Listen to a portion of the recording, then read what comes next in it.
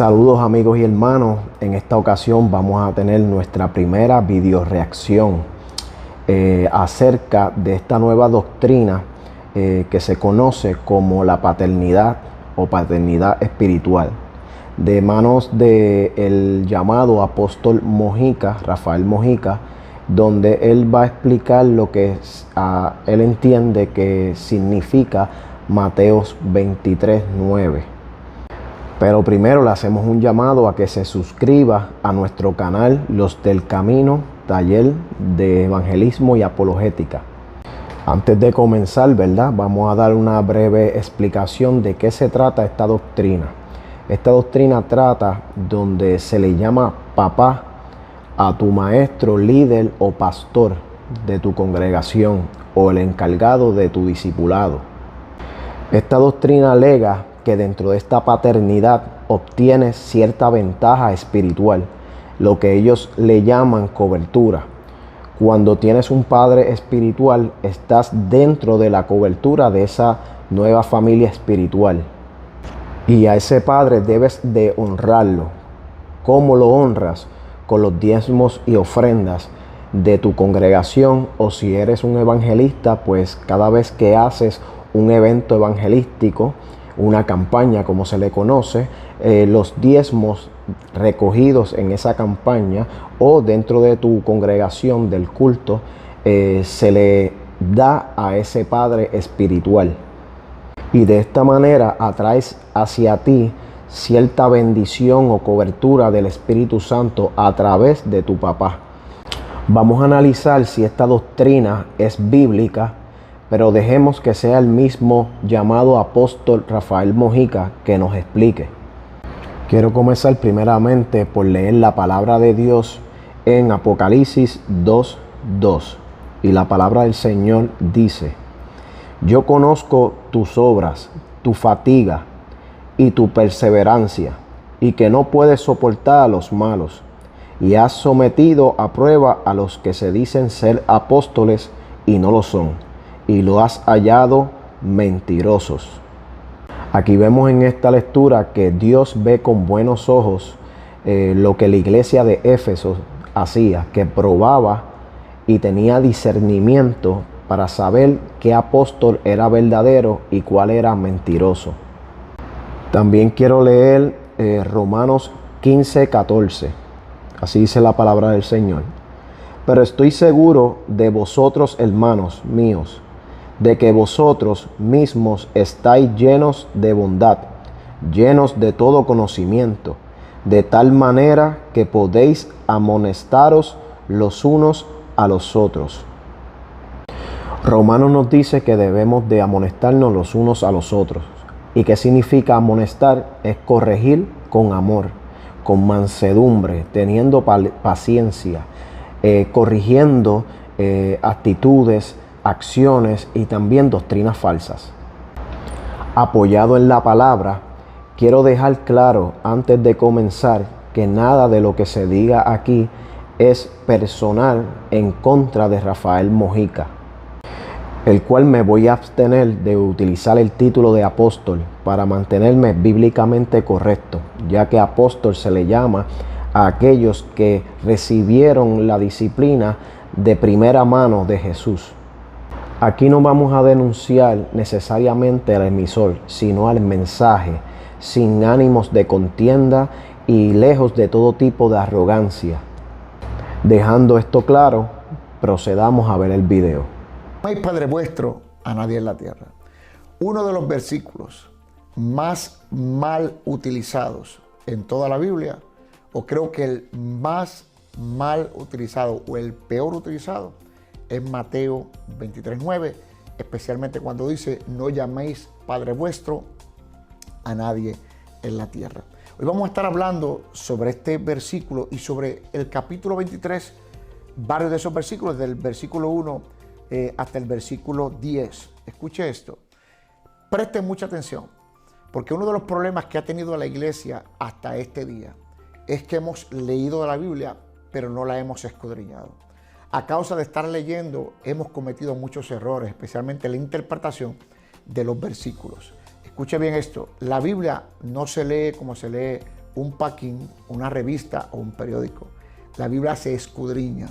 Y una de las cosas que me encuentro prácticamente todos los días, cuando hablamos sobre el diseño del Padre para los hijos de Él, es que me encuentro con personas que constantemente repiten y nos escriben Mateo 23, versículo 9.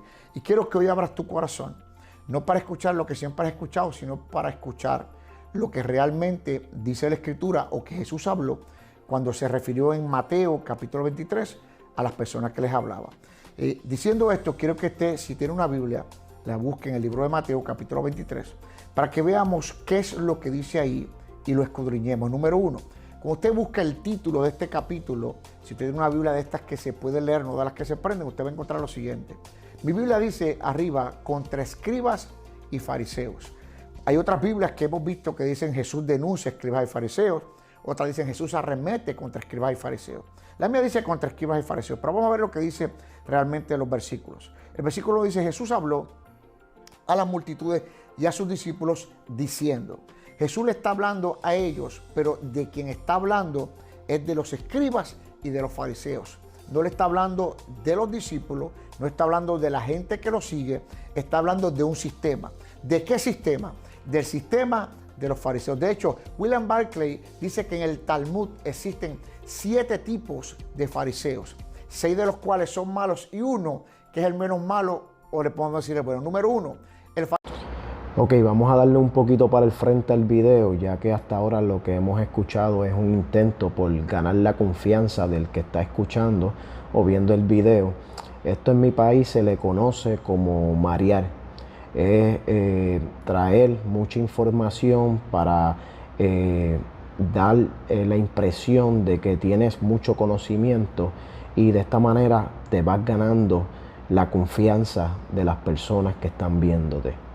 Yo digo que en el día de hoy, si usted habla con los estudiosos, la gente que conoce, te va a decir, no, ya no hay fariseos. Pues mira, yo tengo que decirte que acá en América, donde vivimos nosotros y en muchas partes del mundo, creo que hay más fariseos que nunca. Y ahora a los fariseos de estos días les encanta que le llamen apóstoles. Diferentes épocas, pero la misma condición vana del corazón del hombre. Así que Jesús les habla en referencia a ellos y le dice lo siguiente. En la cátedra de Moisés se sientan los escribas y los fariseos. ¿Qué es la cátedra de Moisés? Es la silla que en el tiempo antiguo se usaba en las sinagogas, una silla de piedra donde se sentaba la persona que tiene la autoridad para hablar al pueblo. En este caso, ¿por qué la silla de Moisés? Porque para el judío Moisés es una persona de autoridad. Moisés fue el que recibió las tablas de la ley, por lo tanto el judío respetaba lo que era Moisés. Al día de hoy los judíos respetan a Moisés, por lo tanto usaban esta silla que era una silla de autoridad, la silla de Moisés. ¿Por qué? Porque quien se sentara ahí era, como decir en nuestros tiempos, la silla del profesor, una silla de una persona que tiene un conocimiento para enseñarnos. ¿Y qué dice el próximo versículo? Haced y guardad todo cuanto os digan, pero no hagáis conforme a sus obras, porque dicen y no hacen. Una de las características del fariseo es que te instaba a hacer cosas que ni él mismo podía hacer.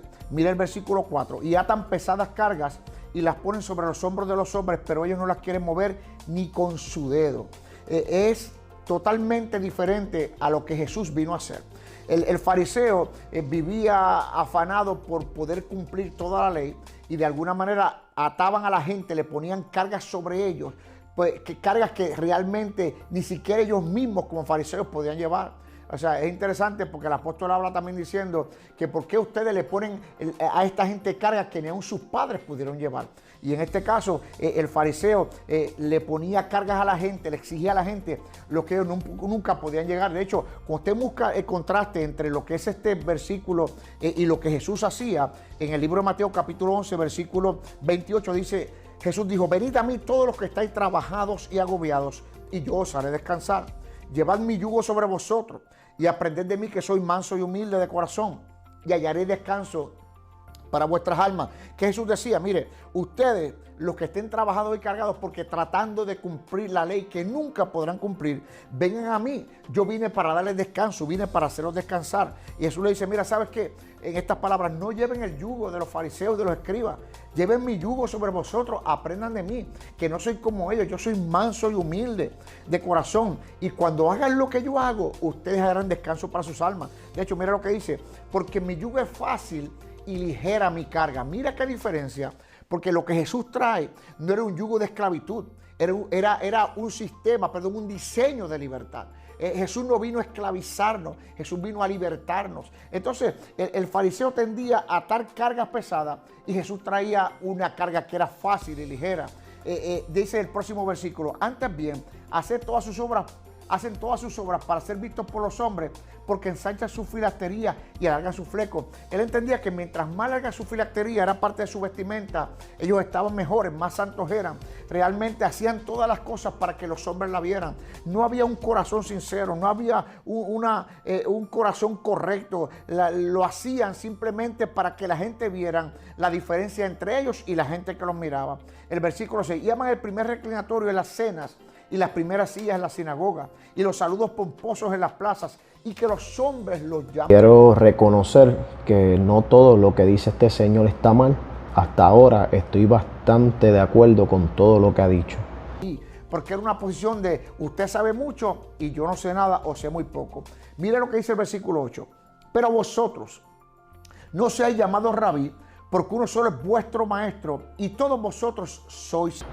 Este versículo que está leyendo no es Mateo 6:8. Entiendo yo que es 23:8. Creo que fue una equivocación, un despiste. No podemos tomar esta palabra literal para nosotros, porque si tomáramos esto literal, el versículo 8 descartaba lo que dice el libro de Efesios, capítulo 4, versículo 11. Porque aquí dice, no sea llamado rabí, porque uno solo es vuestro maestro y todos vosotros sois hermanos. Si el único maestro es el Mesías y todos ellos eran hermanos, pues entonces contradeciría lo que dice Efesios 4:11, cuando dice que el mismo Jesucristo nombró o asignó o constituyó a unos apóstoles, unos profetas, unos evangelistas y unos pastores y maestros. Jesús aquí pide que no le llamen rabí a los fariseos, que significa maestro, para que no sea motivo de jactancia de su parte, ya que ellos adoraban los títulos que le dieran cierto prestigio dentro de su pueblo. De esta manera se vanagloriaban y alimentaban su ego.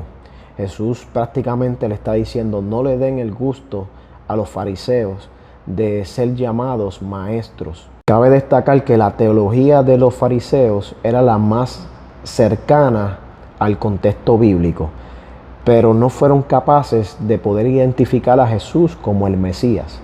Jesús derrumba el estatus de los fariseos para que sus seguidores presten atención y pongan su confianza al verdadero mensaje de las buenas nuevas y el evangelio, ya que el sistema religioso estaba totalmente corrompido.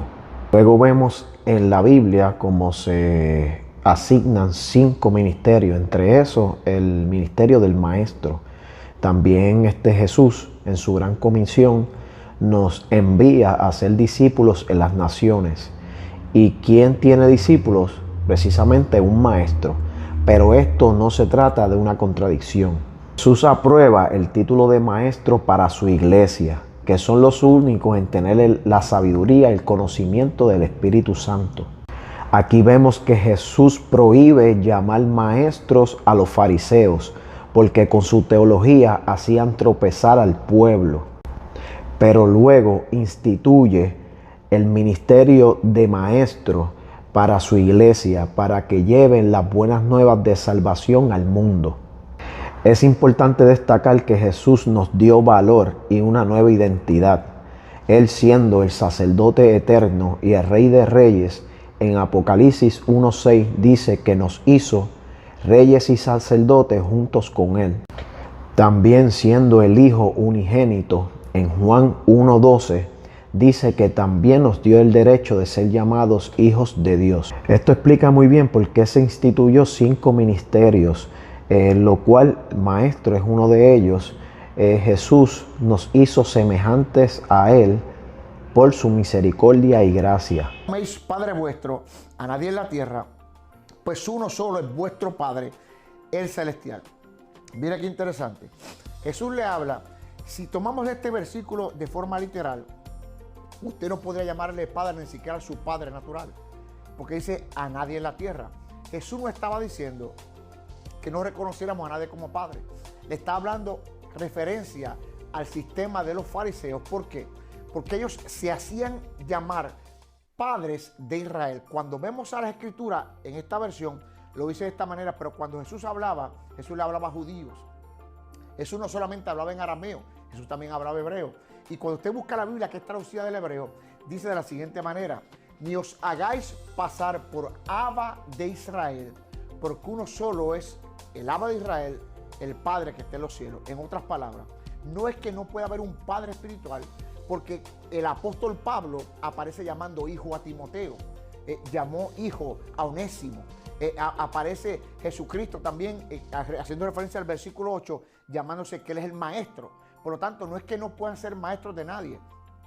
Lo que está diciendo es que usted no puede ser el padre de Israel porque uno solo es el padre de Israel. El fariseo pretendía tomar una posición que solamente le tomaba al Padre de los cielos, pero no tiene que ver nada con que nosotros tengamos en nuestras vidas padres espirituales, porque eso es un diseño del Eterno. Dice, no os hagáis pasar por Abba de Israel. Ninguna persona en la tierra va a ir por encima de la paternidad de Dios. Él es el Padre de los cielos. Pero el Dios Padre estableció padres en la tierra en un diseño bíblico para establecer y engendrar hijos en la tierra. Por lo tanto, este versículo 9 no tiene nada que ver directamente con nosotros, ni tiene que ver nada con que tengamos o no tengamos padres espirituales. Está hablando de que no nos hagamos pasar por ese padre, porque nadie puede hacerse pasar por él. Ok, vamos a dejarlo aquí porque no queremos que el video se extienda demasiado. Lo primero que hay que ver es que maestro es un ministerio, pero la paternidad no es un ministerio. Cuando el versículo habla de Padre Celestial, se refiere al Padre Espiritual y no hace alusión a un Padre natural o de sangre.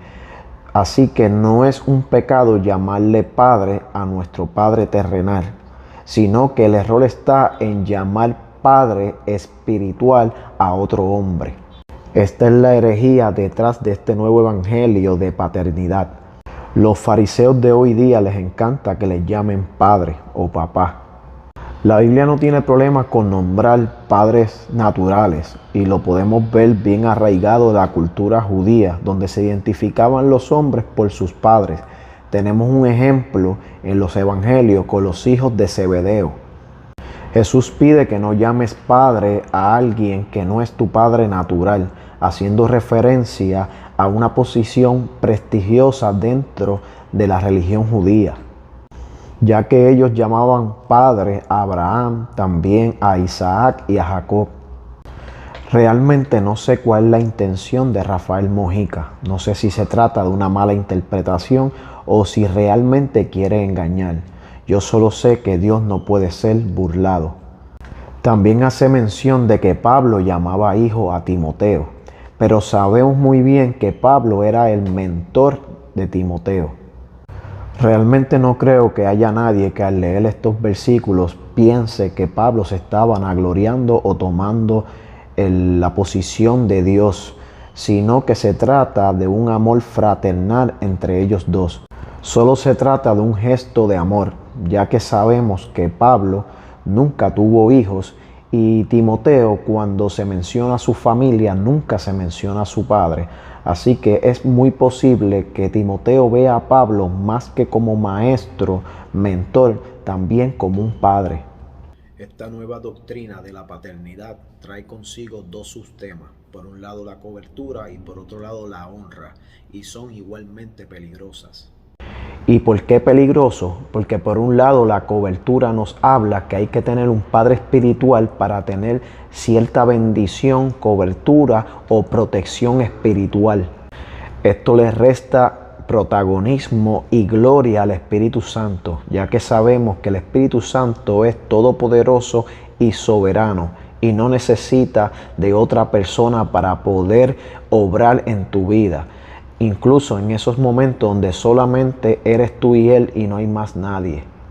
También esto le resta importancia a la oración y la intercesión que puedes hacer por una persona incluso sin conocerla y tocar el corazón de Dios para que éste obre en sus vidas. Yo no tengo que ser llamado papá para poder interceder y cubrir en oración a alguien. Por otro lado, nos encontramos con la predicación de la honra, que no es otra cosa que enviar diezmos y ofrendas a este Padre espiritual. Y de esta manera atraigo hacia mí bendición y cobertura. La importancia de ofrendar es totalmente bíblico. Lo que no es bíblico es pactar con dinero sobre el altar. Yo no puedo comprar la bendición de Dios con dinero. Esto no significa que yo debo de dar algún dinero para recibir un beneficio del Espíritu Santo, para recibir su cobertura y su bendición. ¿Cómo yo puedo honrar a un líder o a mi pastor? Sí, puede ser por dinero, ya sea una ofrenda, un regalo o supliendo una necesidad que éste tenga. Pero también puedo honrarlo cada vez que oro por él, dar buen testimonio y hablar bien de esa persona. No quiero que nadie confunda mis palabras. Estamos totalmente de acuerdo con los que deciden diezmar y ofrendar, porque es totalmente bíblico. Lo que no estamos de acuerdo es que el cristiano necesita tener un padre espiritual para por medio de él, al honrarlo, recibir una cobertura del Espíritu Santo. Recuerden que solamente hay uno merecedor de toda honra y de toda gloria. Y la bendición que usted pueda dar es a través del fruto del Espíritu Santo en usted. Los diezmos y ofrenda es para mantenimiento del templo, cubrir las necesidades de los hermanos, obra comunitaria y para el evangelismo y la obra misionera. Cuando me topo con predicadores que una y otra vez siempre predican de lo mismo, me pongo a pensar, ¿acaso el Espíritu Santo no discierne la condición del corazón del hombre y escoge los temas que edifican específicamente a esa congregación en ese momento? ¿Acaso el que comenzó la buena obra no la terminará hasta el día del Señor Jesucristo? ¿Cómo pues puedes trabajar sobre unos discípulos para producir en ellos frutos del Espíritu, frutos de arrepentimiento, cambio y transformación en ellos sin predicar santidad, únicamente predicando paternidad, honra y cobertura? Este tipo de mensaje deja mucho que desear. Y sí, la paternidad es uno de los temas bases de la Biblia, pero esta paternidad no es la que ellos expresan. Esta paternidad es la celestial, la espiritual, que es que tenemos un Padre en los cielos, que como fuimos hechos hijos suyos, heredamos el reino de los cielos. Así que hermanos, yo les exhorto a que todo lo que escuchen lo pasen por el filtro de la palabra. Por eso es importante leer la palabra, la Biblia, para que nadie nos engañe. Este tipo de pensar fue incluso considerado una herejía en el siglo I, lo que se conocía como el docetismo. Por eso siempre aconsejo estudiar la historia de la iglesia, conocer su historia, conocer aquellas cosas que pasaron en el pasado, donde podemos aprender mucho. Esto sería todo por este video. Seguiremos muy de cerca esta nueva doctrina y presiento que no será el único video reacción que subiremos desmintiendo esta herejía. Nos vemos en el próximo video. Chao, bendiciones.